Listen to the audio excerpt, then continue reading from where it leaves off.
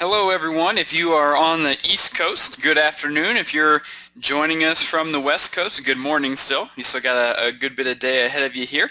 I want to say thanks for coming out and attending the webinar today. We're going to talk a lot about blogging, how to get traffic to your blog, mostly from organic search and maybe a few other ways as well. And yeah, the title you see right there, the best way to use your blog to reach new guests. That's what we're going to be talking about, and hopefully you guys can walk away with some pretty good information that you can implement for your businesses, starting today even. One thing I'll mention here, like always for all the webinars that we do, we're going to send out the recording. So if you got to get out of here early, or if you think there's somebody else who's a friend of yours or a colleague in the industry who might benefit from this as well, we'll send that out.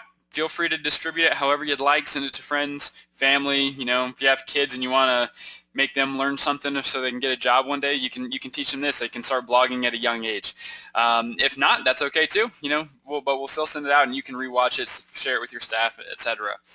The other thing we're going to do, we will also have a question and answer session at the end. The presentation will last approximately 45 minutes. And then we'll do about 5 or 10 up to 15 minutes worth of questions at the end. One thing I'll do my best to be cognizant of is to be done in right at an hour's time. If you all are still asking questions, I'll certainly stick around, but we'll do our best to keep it to an hour. So again, thanks for coming. We're glad you're here, and we'll get things started here with the best way to use your blog to reach new guests. One of the questions that we get all the time is, why do you blog? Why do you put such a value on blogging? And we're going to go through that in great detail. We're going to talk to you exactly why we blog. We're going to talk to you about the process in which we take, so you can know exactly how to get your blogs to rank, or at least the steps that we take. We're going to show you some examples of different blogs that have ranked for us on behalf of our various customers, so you can kind of see the feel, to get the gist of how that works. But before we do that, we've been using these polls recently in a lot of the webinars that we've been doing, and I just want to get a feel for who I'm talking to today in terms of how often you are blogging. So you're going to see a poll pop up on the screen here in just a second, and it's a simple question, how often are you blogging? And we'll let that run here. It should be popping up just now. So feel free to answer that poll. Again, getting a feel for who we're talking to today. Are you blogging ever? Are you blogging maybe a couple times a year? Every single week, a couple times a month? Obviously you can see all the options, and you guys are good students already. 60% of you have voted, so I appreciate your participation there. Yeah, so that once we get finished with this poll, we'll let it run for another 30 seconds or so. We're going to look at 4 reasons why we blog. So starting from what our main goal is, what we see happen with the blog, and then what are some long-term things that we happen to see. We're also going to talk about some things that we recommend not posting about. We talk to people all the time in the industry. We see all the different blogs that are being written, the different reasons why people are writing blogs, and quite honestly, there are some pretty bad reasons out there as well, or some things that will help you avoid that are probably some pitfalls, especially in terms of sucking away your time when it might not be something that will produce a lot of results for you. So, all right, well, 77% of you voted. Thank you for that. We're going to close this poll right now, and you should still then see my screen, and we'll go ahead and get started here on the four reasons why we blog. So the first main reason, and I think this is extremely important to clarify, while we expect the blog to bring traffic to the website from organic search, you can see that that's actually number 2 on our list. Your primary purpose when you set out to write a blog needs to be to create a great piece of content. You have to write for the human reader, somebody who's going to digest this blog however long you're writing it. We're going to talk later about what we recommend as a length. But however long that you write your blog, what are you doing to make sure it's an appealing blog? People are going to read it. it's going to maybe inspire people to check out some of the other blogs that you've written on your page. Most importantly, we want the blog to filter to some of those other important places on your website, like some lead generation items, the book now buttons on your website, check availability, view our properties, take a peek at our accommodations. Whatever your call to action is, we want people to get there. But first and foremost, a great piece of content that will appeal to readers and keep them on your site for a period of time. Again, I mentioned this already, but the second most important thing is then to bring traffic to your website from organic search. So I think a misconception with blogging is that, or at least again, what I see when I talk to people who aren't doing this with great detail, is that they feel like they want people to go get to their website, get to the homepage of their website, and then the blog serves as great reading material once they get to the site. And that is certainly fine. There's nothing wrong with people going to your blog after they've come to your homepage. But in reality, there are more important places on your website that we want them to go, and we already talked about them, the different calls to action, looking at the property, the rooms, whatever it might be. That's what we want them to do. On the other side, our goal for our customers and what we try to help other people understand is that the blog needs to be a landing page for your website. So when a traveler is looking for something to do in your area, well, you already have a blog about the 5 best hiking trails within a 30-mile radius, and they're finding you. That kind of leads me into this third point. When people are finding you, when you're writing about hiking trails and annual events, and what to do on a weekend getaway or what to do on a romantic getaway, you're establishing your business as the local expert. It's so important when people can build that trust in you when you're answering their questions. One of the things that we tell people a lot of times is that if people are asking you these questions in their post-booking dialogue with you, whether it be via email communication or once they get to your property or rooms or whatever it might be, when they get there and they're asking you, the 5 best restaurants you recommend so they can go and figure out where they're going to go for the weekend or for the week, that's important. And if you can answer those questions ahead of time, you are eliminating, one, some of the questions you have to field when they get there, but more importantly, again, you're establishing your business as the local expert, so the next time they have a question, maybe they don't even go to a Google search to search for it. Maybe they'll just come back to your blog and see if you have the answer to another question that you might be, or that they might have about their trip. The fourth thing is to drive long-term success. I could show you, graph after graph in Google Analytics of just the continued growth in blog traffic when you do it for a long period of time. So we have blogs that we wrote 3 years for customers that are still getting between 200 and 300 visits a month, depending on how much search traffic that particular search term gets. But the idea is, once you write this great piece of content, if it's an evergreen piece, meaning that it's something that you wrote and that information isn't necessarily going to change, and that gets ranked, that will continue to serve you for years to come. If it's something where you're writing about an annual event, well, obviously you might need to update that every year to fill out different details based on the 2015 festival versus the 2016 festival, whether it be times or dates or whatnot. But those are some of the things, and again, I could show you graph after graph of just the long-term success that some of our customers see, and we'll look at one of those here in just a little bit too, so you can get a good visual for what I'm talking about. So again, 4 reasons right here. This is why we blog. These are some of the things that we're trying to accomplish, and the next thing we're going to talk about here is what are some of the bad ways to use your blog. In other words, what are some things that, bad might be a harsh term, but I'm still going to use it. What are some bad ways to use the blog? These aren't necessarily bad, but I would say they're not the best use of your time. If you're an inn, you're a hotel, a B&B, posting a recipe of breakfast or some of your afternoon hors d'oeuvres or teas, not a bad thing to have on your website. However, that one isn't probably going to accomplish that second goal that we had on the previous slide, which is to get people to your site in the first place. Once you get somebody to your homepage, maybe they're going to check out the blog and they'll see some of these recipes you have, but it's not necessarily going to do that organic part, like we talked about being the second most important thing. And so it's not probably the best use of your time unless you can just knock these recipes out, in 5 or 10 minutes, put an image up there, copy and paste your recipe and put it there. I understand that, but don't expect it to bring traffic to your site. Another thing I see, I talked a little bit on the last slide about wanting to write about annual events or festivals or holidays. People do this really well. They write about events, but what happens is that, we'll take 4th of July. We just had 4th of July, right? I see so many people writing about 4th of July fireworks displays, but they write about it on July 1st. So you've given people only 3 days to even know that blog exists, so chances are they're not going to find it unless you just have a massive subscriber list. And the other thing is that Google then has no opportunity to crawl your site, recognize that this page exists, and rank it.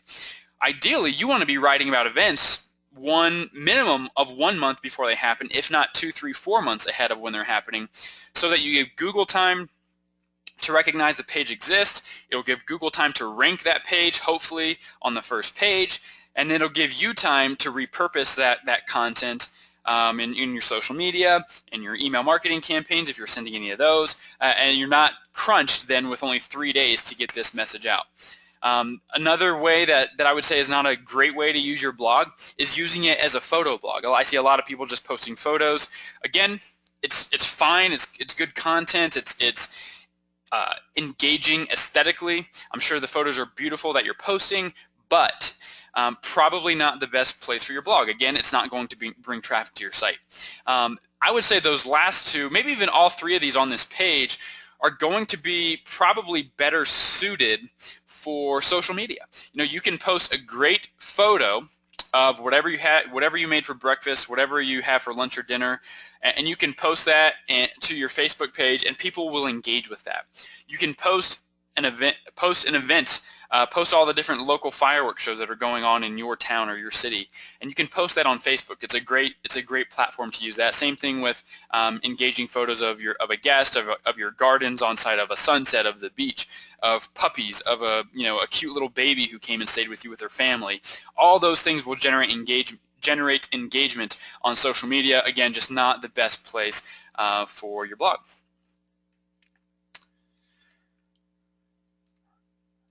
Alrighty.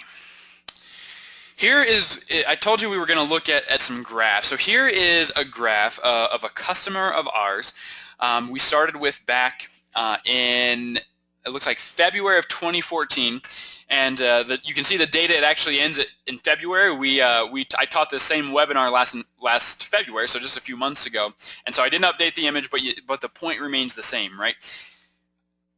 Blogging doesn't necessarily take off overnight. You can see that. February, you can see we didn't get a whole lot of traffic. March, we didn't get a whole lot of traffic. April, we still didn't get a whole lot of traffic. But you can see really the long-term effects here of what happens when we write consistent blogs, and we're going to talk about what we deem to be a consistent number. But when we write consistent blogs that are engaging to the reader, that are including keywords that we know people are searching for, this is what we find. That blue line that you see on the screen right there, that is the total number of times that the blog has served as a landing page for the website. So this means the blog is the way that the visitor found your website in the first place, not what I mentioned at the beginning where people will go to the homepage and then find your blog. This is the opposite of that. The cool part about this, and one of my favorite things to show people in this particular graph, is that the orange line is a breakdown of how many organic visitors this brought that landed on the blog to get to your website for the first time. So the blue line also includes things like people clicking on that blog from an email campaign or social media, Twitter, Facebook, whatever it might be, somebody sharing it with one of their friends. The orange line is all from organic search. So you can see that this particular customer, the vast majority of the way that people are finding their blog, and this is accounting for all the blogs that we wrote, not just a particular blog, but all the blogs that we wrote, and the cumulative effect is this continued growth year over year, with organic traffic being a huge part of that success. So again, just wanted to provide a little visual for you so you can see kind of what we see as a natural progression when you're doing blogging correctly on a consistent basis.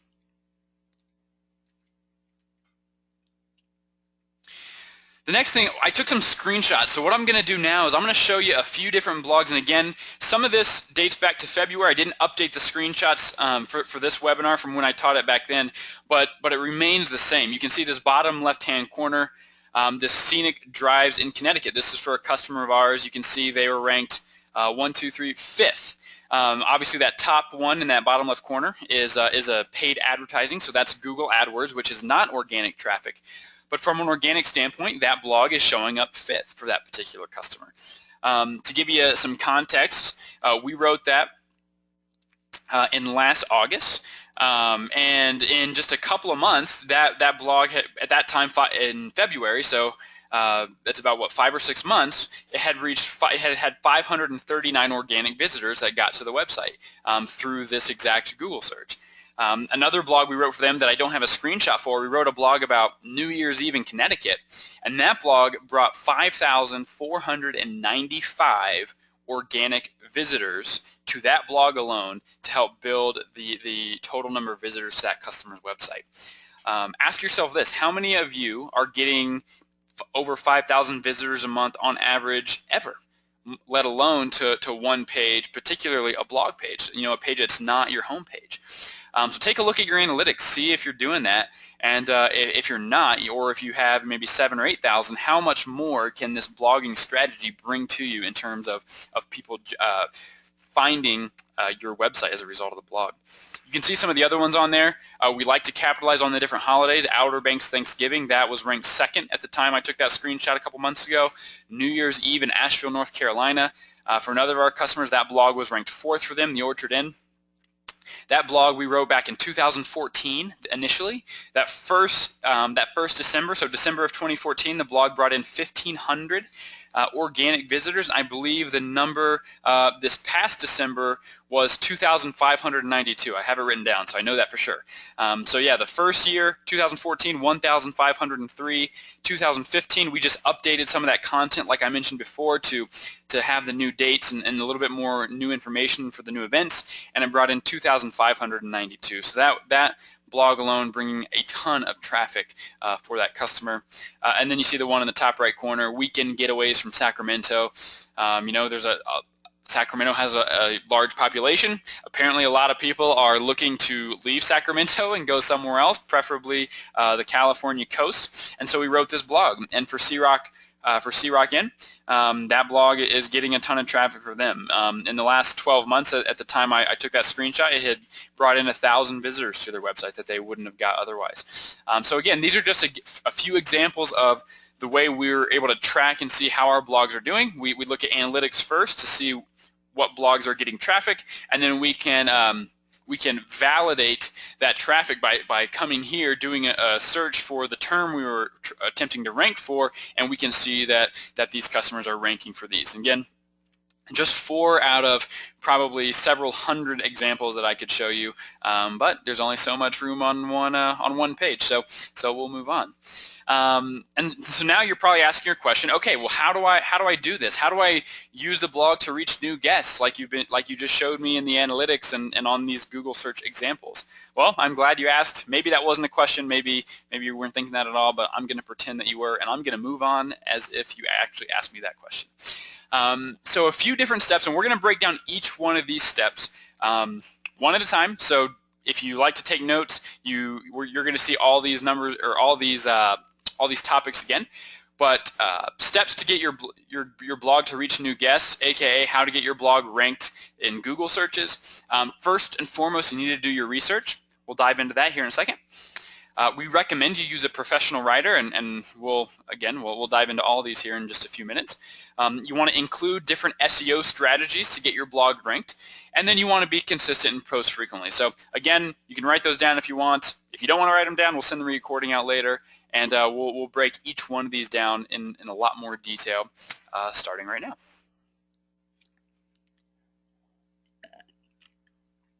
All right, so this idea of doing your research, what I mean by that is when you go to write a blog, you need to know exactly what people are searching for, and then you need to only write blogs about those topics. What we like to call them long tail keywords. It's a common phrase in the industry. A long tail keyword is a kind of a narrow search for a particular thing, let's say. So an example of just like a short tail keyword would be Charleston restaurants.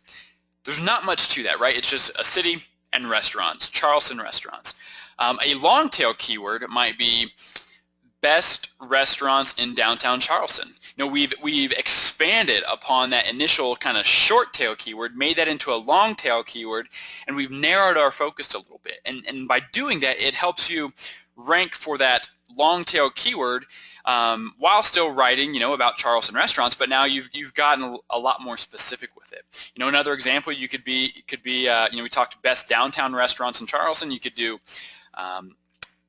you know, best restaurants or best seafood restaurants on, you know, in Charleston, best Italian restaurants in Charleston. Add all these different qualifiers that can make it more of a long tail keyword, and you're better off. The key though is making sure that you know people are actually searching for that. So if there's no one searching for best Italian restaurants in Charleston, don't write it. It doesn't make any sense. Even if you think you have, you know, you could write a great blog and you can feature some great restaurants that you have partnerships with potentially, it's not going to do a whole lot for you. You're not, you know, if people aren't searching for it, no one is going to find it. And so that's where Google's Keyword Planner is really great for assessing what blog topics you need to be writing about. If you're not familiar with this, Google's Keyword Planner is a tool within Google AdWords. A question I get almost immediately after that, every time I bring it up, is, well, I don't want to pay for AdWords. That's okay. I've never paid for AdWords either, and I use Keyword Planner 3 to 4 times a week. You don't have to pay, you just have to set up an account. And once you get into AdWords, then you're able to use Keyword Planner, again, completely free. Google will prompt you to start spending money with them, but you don't have to, I assure you. So yeah, you use the Keyword Planner. And what I would recommend, start typing in some ideas of different blogs that you think people might be searching for. So some different keywords that you might put into a Google search as a traveler yourself. What Keyword Planner will do, it'll show you the average number of monthly searches. It'll show you up to 1,000 other variations of that keyword that you might not have thought about. So you might put in one keyword and it's only getting 50 searches a month, but it's going to spit out another variation of that keyword that might be getting 500 visits a month. And so you want to probably write about the one that has the higher search traffic. The other thing that's really important is that it's going to show you the perfect month in which to write this. So I mentioned earlier, a couple slides back, that the ideal time to write about an event, or we'll say a peak search month, is about 30, sometimes up to 90 days ahead of when that search is going to peak. So again, if we're writing about 4th of July, Charleston 4th of July, or 4th of July in Charleston, or best fireworks display in Charleston, probably want to write that sometime in April or May. And again, give Google time to rank it, give you time to be able to use that in other parts of your marketing, and then see what happens from there. But you don't want to do it the month that it peaks, because by the time that month comes, it'll come and go, and that blog will never have seen the light of day in terms of getting in front of people in Google searches or in the rest of your marketing.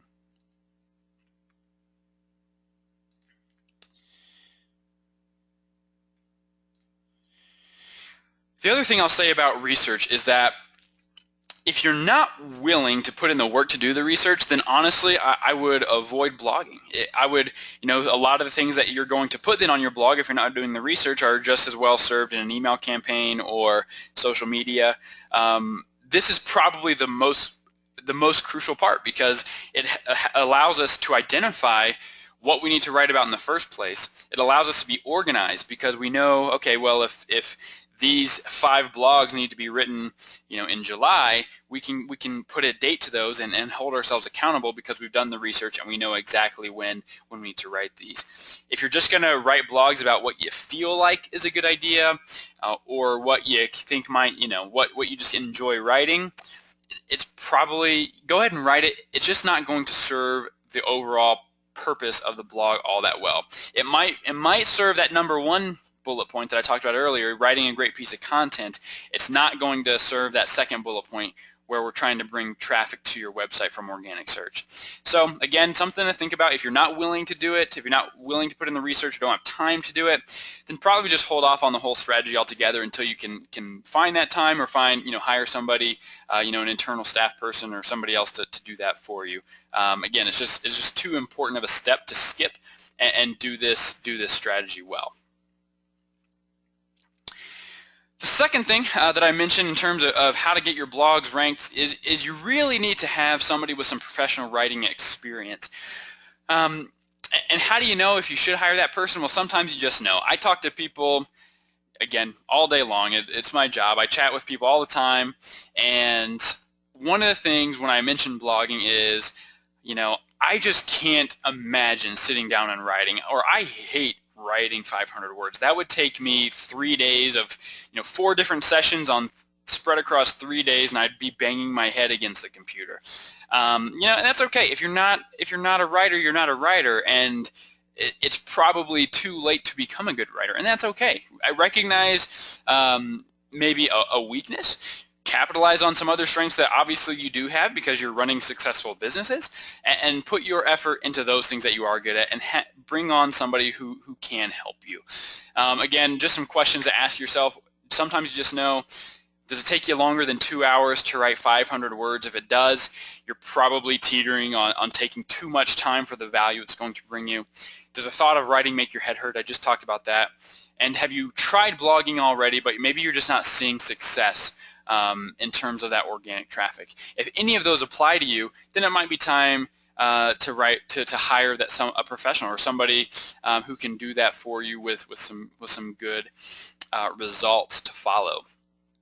Again, remembering that number one reason to write blogs, you want to make sure it's a great piece. And if writing isn't a strong suit, chances are you're not going to write a piece that's going to be very appealing to the masses. And so recognize it, understand it, and maybe seek somebody who can help you in that, whether it be somebody else on your staff, or looking to hire somebody to help you with that. We're going to talk some SEO strategies now, and quite frankly, our SEO strategies certainly go beyond 5 bullet points on one screen, but here are some of the highlights of what I think that you can walk away with today. What we have seen is that a blog that's in the 500 to 700 word range is ideal. It's where we have found that we get the most bang for our buck in terms of the traffic we can generate from organic search versus the time it takes us to do that. With that said, I will say that Google won't necessarily recognize anything if it's less than 300 words. So if you don't have time to get to 500 to 700, you have to at least get 300. But I don't think you'll see the same results as you will if you get to that 500 to 700 word mark. And then if you go beyond that, if you just you start writing and you just for lack of a better term, just have diarrhea of the mouth, and it just keeps coming out on the screen, and you end up with a 2,000 word blog, great. I don't know that you're going to get any more traffic than you would have if you wrote that 500 word blog. All you've done is it's taken you 2 to 4 times as long to get that done. And so again, when we're looking at the value of blogging and where we can provide great results in a reasonable amount of time, this 500 to 700 word mark is a sweet spot for us, and something we've had a ton of success with. So I'll throw that out there, but know that you have to at least be at 300, or else your blog certainly won't get recognized at all. Something about keywords, you want to make sure that you're featuring keywords, those long tail keywords that we talked about already in the research stage, and they need to show up in your blog a certain amount of times. You don't want to force the keywords, so you don't want to do what's called keyword stuffing. Google has sniffed that out, and they recognize that is a bad practice. But you do need to make sure that your keyword is showing up at least 3 to 8 times within the content of your blog. Again, I wouldn't say there's, if you went more than that, that's fine. You just need to make sure that the amount of times it's featured, it comes across as naturally, it comes across as well written, and it's not a glaring roadblock to somebody who's reading. I'm reading through a blog and I've seen this kind of weird keyword show up 6 times. That would strike me as a reader, and I'm probably not going to enjoy it, or I'm not going to continue to click around as we're which is one of our goals, right? We want people to continue looking at the site. It's not something I'll probably do if the keyword is stuffed in there a ton of times. Another thing you want to do, you want to include great photography. I would say at least one image in every blog that you write. For a couple of reasons. One, obviously, we live in a very visually driven society. You think of social media platforms like Facebook and Pinterest especially, and what do you see? You see images all over the place, whether it be posting a blog, or just uploading a photo, or a pin with a recipe on Pinterest, and all those things. It's very photo driven, so you want to make sure that you're appealing to that sense, knowing that people interact with that in a positive way. When you're doing that, you need to make sure that image is also labeled with alt text, depending on what content management system you're using. We recommend WordPress, and we build our sites and do all of our blogging in WordPress. They make that very easy for you to add that alt text. If you're not using WordPress, send me an email, tell me what you're using, and maybe I can take a look at it with you. But for the most part, you should have a way to add alt text to that image. In that alt text, that's a place where you want to reuse that keyword as well. So if it's best downtown Charleston restaurants, you would name that photo in the alt text best downtown Charleston restaurants. You want to include at least a couple of links internally and externally with keyword-rich anchor text. So again, an example, if you're writing about, let's say you have a hotel in Charleston and you're writing that restaurant blog that I've referenced now a dozen times, at the end of that, maybe in a call to action, talk to people about, hey, after you've enjoyed, your romantic dinner at this great Italian restaurant on the water, be sure to visit take a look at our Charleston accommodations if you're planning to stay a weekend, and then link that term Charleston accommodations back to your accommodations page. That is one example of what I mean there by keyword-rich anchor text. But you also, so that would be an internal link. External links, you want to make sure that you're linking to other sites as well. One thing Google doesn't like is it doesn't like you to be hoarding your traffic all at your own site. It wants the internet to be free flowing and people to go from site to site, some people staying on, some people going away. But you need to have that option for people, or else Google will just not look at you very favorably. Write a strong, compelling meta description. This is what would show up. If I find your blog in a Google search, this is what would show up kind of as that description underneath the title of your page. Again, you want to use very compelling language so that once your blog does rank, now we're helping people click on it because we've given them an additional reason to click on it with that compelling description that we've provided. And then the last thing, and this honestly should be one of the first things I've talked about, but the blog needs to be part of your website as well. For everything that we've seen, that we've done, you want your blog to be, we'll use our company as an example, Q4Launch.com/blog is the structure that is ideal for getting your blogs ranked. An alternative that we see a lot that just doesn't work as well would be like blog.q4launch.com. That's what's called a subdomain. Not ideal. The best way to do it is to have it as a part of your website. So again, q4launch.com/blog. It's called a subdirectory as opposed to a subdomain, and that's going to provide better results for you over the course of time.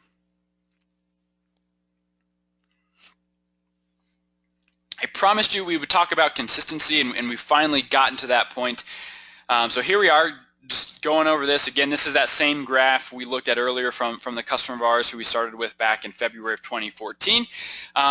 We were able to achieve the traffic growth that you see here by posting a weekly blog. That's, again, it's something that Google likes to see is consistency, consistent, fresh content, and that continual just building content on your website.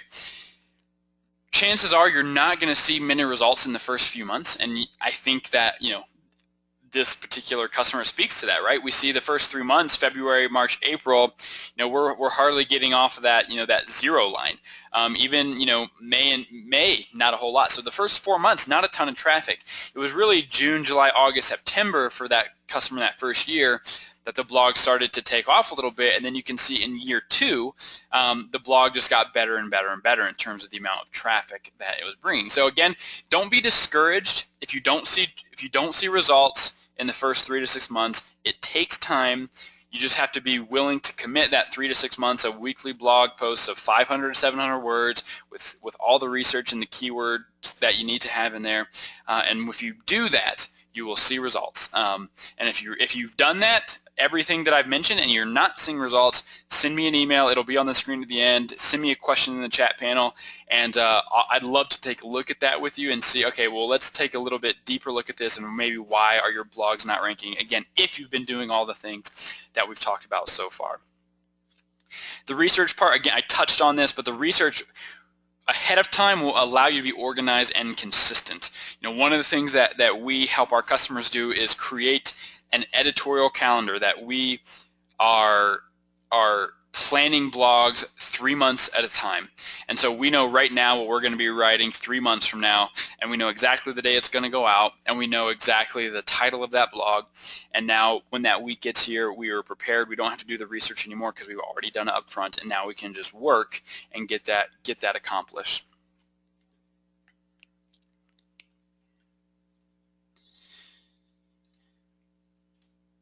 All right, so the blog is also great for former guests and current fans. So I know one of the bullet points, or that second bullet point on the initial slide I showed you, was this idea that you want the blog to be showing up in organic search. And undoubtedly, that is the best traffic way, the best goal to set out for from a traffic standpoint.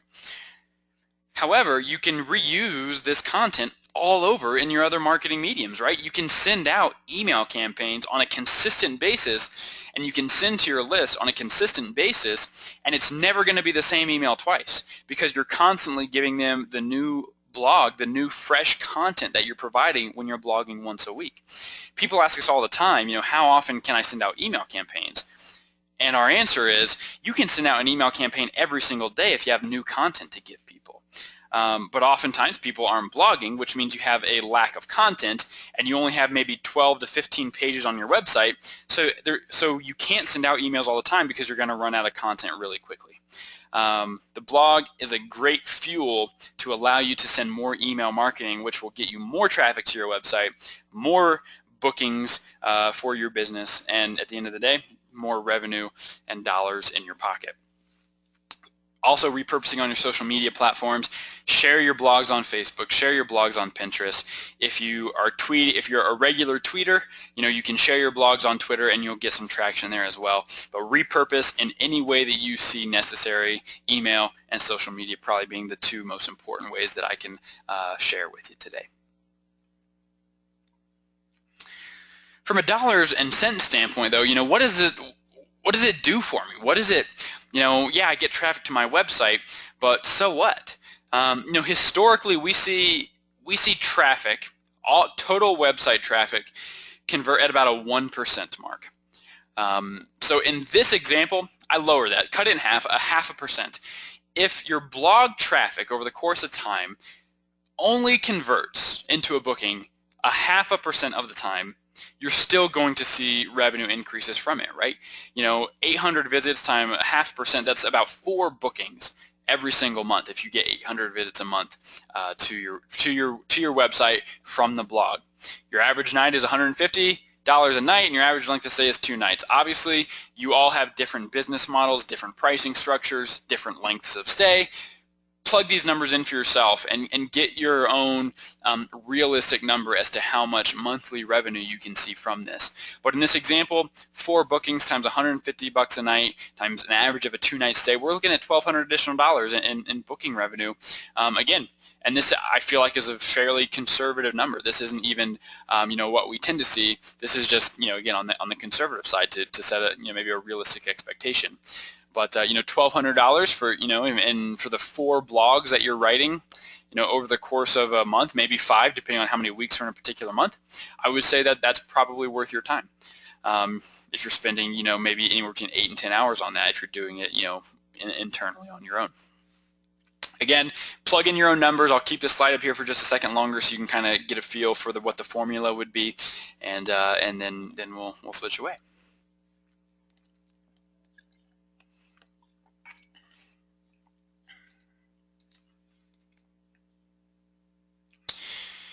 So again, if you've been with us ever on any other webinar or presentation that we've ever done, Matt or myself, we like to give you a next step. We want to make sure that, okay, I've gotten all this information, what do I do with it, and how does it actually apply to me? So as a result, we want you to have a better blog. So take the next steps. We're going to send out an email after the webinar where you can request a free blog analyzer. In that, what we'll do is we'll spend just a few minutes on the phone with you, sometimes up to a half an hour usually is all it takes. We'll go through your blog, your strategy, tell you what's going well, what's not going well, how you can improve. The other thing we're going to do, we will give you 4 blog titles that are for your area based on keyword research that you can write over the course of the next month, and what we think this would be a great catapult to get you started to that weekly blogging routine. I mentioned I taught this webinar back in February. Had a person up in Ohio who had taken this, who did the blog analyzer. I gave him the blogs. He wrote the blog, started sharing it in his social media, and instantly he sent me an email back in the next couple weeks and said, hey, we're already seeing great results from those blogs you suggested. I'm not saying it's going to happen every time, because again, we say it's about a 3 to 6 month process, not a overnight process. But in that case, he wrote blogs, he shared them on his social media page, and we started getting a ton of increased traffic after that. So again, completely free. Send me an email. You're going to see that on the screen in a second, or we will send out an email to you after this is completed, which we're winding down here now, and you can submit a form through our website and ask for that blog analyzer. The other way you can request it is I'm going to put a poll up on the screen right now. So we already did one. We're going to do another one, basically saying, yes, I would like the free blog analysis. No, I would not like the free blog analysis. Or also, if you're looking, for any other information that we might have that might be beneficial to you, would love to have that conversation as well. So you got a few options. You can actually select multiple options on this one. So if the answer is no, but I want to learn more about Q4 Launch, you can do that. If the answer is yes, and I want to learn more about Q4 Launch, you can do that too. Again, feel free to fill that out. And what we're gearing up for next, and once we're done with this poll, we'll let it run for another 30 to 60 seconds. And then we're going to have the Q&A time. So again, we've already had a ton of people submit some questions. I'm kind of looking at those right now. So start submitting more of your questions. I'll answer them for as long as we have them. We have about another 15 minutes, again, if I'm going to remain respectful of your hour time that we promised. So we will, take the next few minutes here, the next few seconds to submit your questions. I'm going to take a drink of water because I've been talking nonstop for 45 minutes. So fill out that poll, send your questions in the chat panel, and we'll get back to it here in about 30 seconds.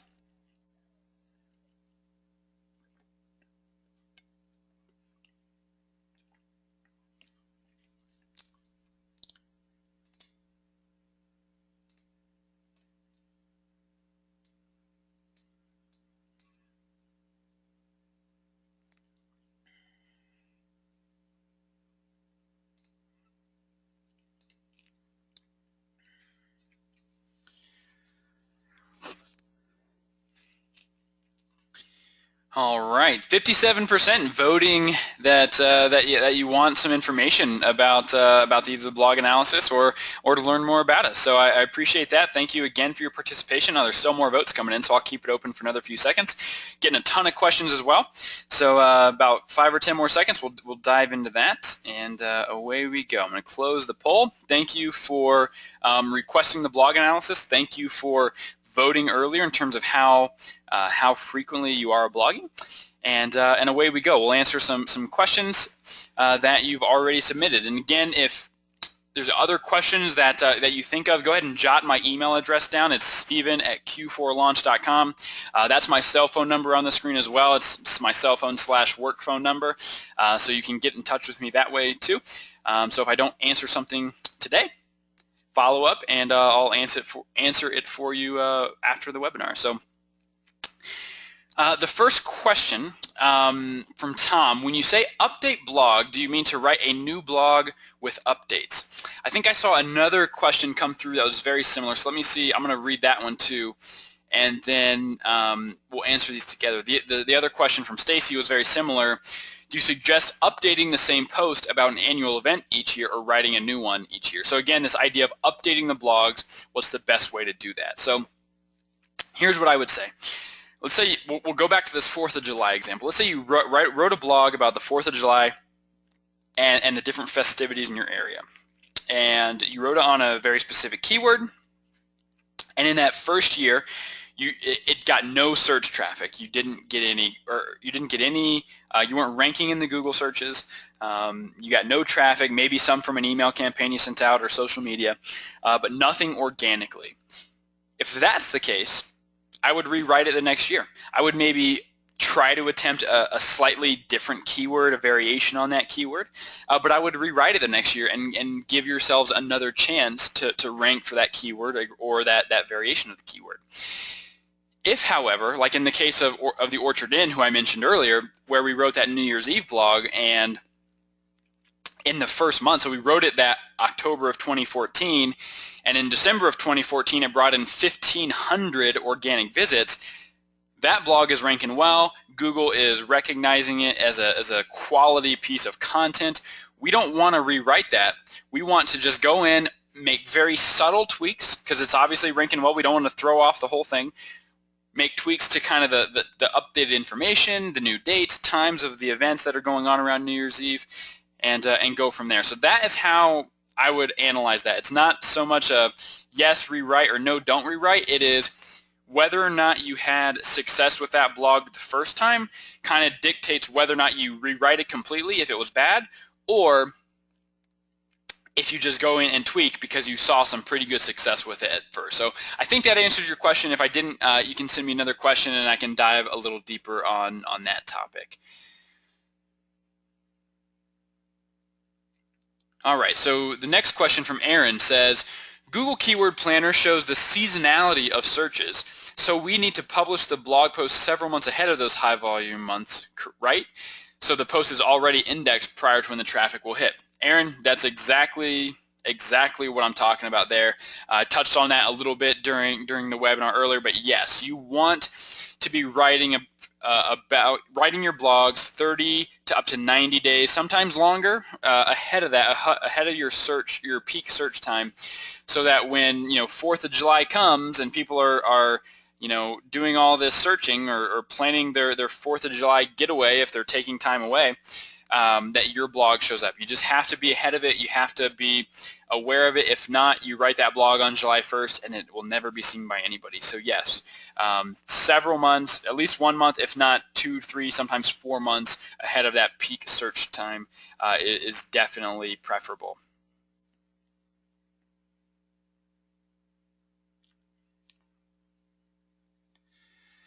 Another question, if the website doesn't feature the internal blogging system, can we set up a custom URL like blog.mywebsite.com to do the search and do the search engine recognize that blog as part of the website? That would be more of a subdomain. I think that's going to be seen as a separate entity. That's what we've seen in our experience, and it's not necessarily the best way to get that done. So if it can be part of the website, that's ideal. If not, you're just going to have to work around that and try to build up the subdomain to have the same type of clout that the actual website has as well. Marcy, a question, what is alt text? Yeah, I'll touch on that again for sure. Let's see here. So alt text, I'm getting so many questions. I just got confused because they're flashing across the screen. So let me get my train of thought again. What is alt text? Very easy question. I can't believe I'm spacing on this. So alt text is how what Google's going to read as part of the code when it's crawling your website. So the alt text is what you name a photo. So Charleston, downtown Charleston restaurants, you name that photo in alt text, and it's going to depend on the content management system that you use as to how you can include that in there. Regardless, there should be a way to name that photo with the alt text so Google will be able to recognize it. Google doesn't see with human eyes, so it can't necessarily tell that the photo you're posting is of a great sunset shot or a great restaurant in your area. You need to let it know exactly what that photo represents, so that when the Google bots are crawling, you have an idea, or they have an idea of what that photo does represent. A question from Heather. I used to blog like a champ, but have gotten too busy over the last couple of years to really pay attention. Suggestions for getting underway? My blog is WordPress format. Can I update old posts with new dates and a little bit of new content? How do I keep it from showing the old original date? So many questions, and I think I have an answer to all of them, Heather, so thanks for asking. If you want help getting underway, request the blog analysis. You and I have talked on the phone before. Request that blog analysis. I can help you get started, give you some good topic ideas based on the search terms over there in Oregon, where I believe you are. And in terms of some of your old posts, if you want to update that with new dates, basically you just have to go in and you have to republish it. So you can, if you're using WordPress, you can update the publish on date. The only thing you need to be aware of there is that when you do the new date, it sometimes publishes with a new URL too, depending on how your URL is structured, because it sometimes shows the date in the year. So if you do that and changes the URL, then you just have to be aware and make sure that you redirect the old URL to forward to the new URL. If not, someone will go to the old URL if it's in somewhere that they find, and they'll get an error message, and we want to avoid that as best we can. So making sure that old blog redirects to the new blog would be ideal. I think that answers all of your questions. So yeah, get in touch with us. We'll help you get underway. The new content and not showing the old date, you can republish it. Just make sure you have the redirects set up in place. From Charles, just sent you an email with a visual if you ever want to use it. Thanks, Charles. Charles, as he quotes himself here in this question/comment, is the guy from Ohio I mentioned in the webinar earlier. So he liked it so much the first time Charles came back. Charles, I appreciate you coming to, I think, almost all of our webinars. Charles also says here, thanks. Love your weekly webinars, very informative and a nice break from my real work. Happy to provide that break. I don't know if it's that entertaining. Maybe next time you can crack open a beer, bottle of wine, get some popcorn, and if it's all that entertaining, maybe it can be like a Netflix original or something. I don't know. But thank you, Charles. I'll take a look at that email you sent me, and I appreciate you allowing us to use it. I know we talked back that those blogs that we shared with you before produced a good bit of traffic from social media. So thanks for letting me share that data as well. I think for now that appears to be the extent of the questions I've received so far. I'll stay on here for another few minutes. If you do have a question, you want to pop that in there, I'll answer it here in the next couple of minutes. If not, do appreciate you coming out. We love teaching these. Matt and myself, we both just enjoy getting a chance to share what we've learned, having done this for so many people in different parts of the country, whether it be about blogging, SEO, email marketing, what's going on in the industry with HomeAway or TripAdvisor or anybody like that. We love sharing that data. Stay tuned. Next week, Matt is going to teach one on some of the best practices on how to get some of those last-minute bookings to fill maybe some holes in your weekend during peak season where you might be 90-95% booked, but you have some open inventory that you want to get booked. And so he's going to share 5 strategies on how to do that. And I'm not going to give away any more of the information. You'll just have to sign up. We'll send out some invitations tomorrow and next week so that you can sign up and listen to what Matt has to say about how to get those last-minute bookings. Another question just came in. In regards to reposting a blog, would it be easier to cut and paste and update the post in Word rather than redirecting? let's see here. So I would say redirecting, depending on what content management system you're using or how your website is designed, is one of the easiest ways that you can do that. So I would say that would probably be your best bet, especially if the follow-up, I'm not sure how to redirect. Honestly, Jewel, I would say whoever your webmaster is, whoever designed your website, whoever has done that for you should be able to point you in that right direction. If not, send me an email with your domain name, and I'll take a look and see if I'm familiar with that whatever content management system you use, and we'll take a look at that and see if I can give you some pretty quick steps on how to do that. The only thing you want to avoid in terms of copying and pasting and then updating is that you want to make sure that you don't have duplicate content on your website. Google doesn't like it. If you have two blogs that say basically the exact same thing, Google's going to flag that as duplicate content. And again, just something you want to avoid. They don't like it. They don't like it if it's, if you're copying and pasting from somebody else's website. They don't like it if you're copying and pasting from your own website. So you need to have diverse content. The general rule that we use is that your content needs to be at least 30% original.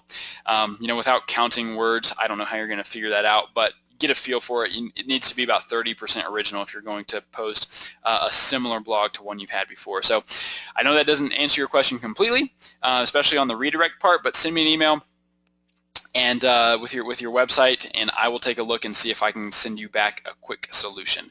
If not, I think your webmaster will be the way to go. So yeah, glad that was helpful, and thanks for your question. So I think that's the last question. No more. If you have any further, again, my email address is right there, steven@Q4Launch.com. Phone number's there as well if you want to text me, call me, whatever you want to do. And if not, you'll get an email from me after this with a way to sign up for that blog analysis if you haven't already done so. So thanks again. I appreciate you coming out and sticking with us for an hour to learn a little bit more about blogging. And be on the lookout for the webinar Matt's going to teach next week. Again, 5 strategies on how to book those last-minute openings. So thanks again. Talk to you soon. Have a great rest of your day, and look forward to next time.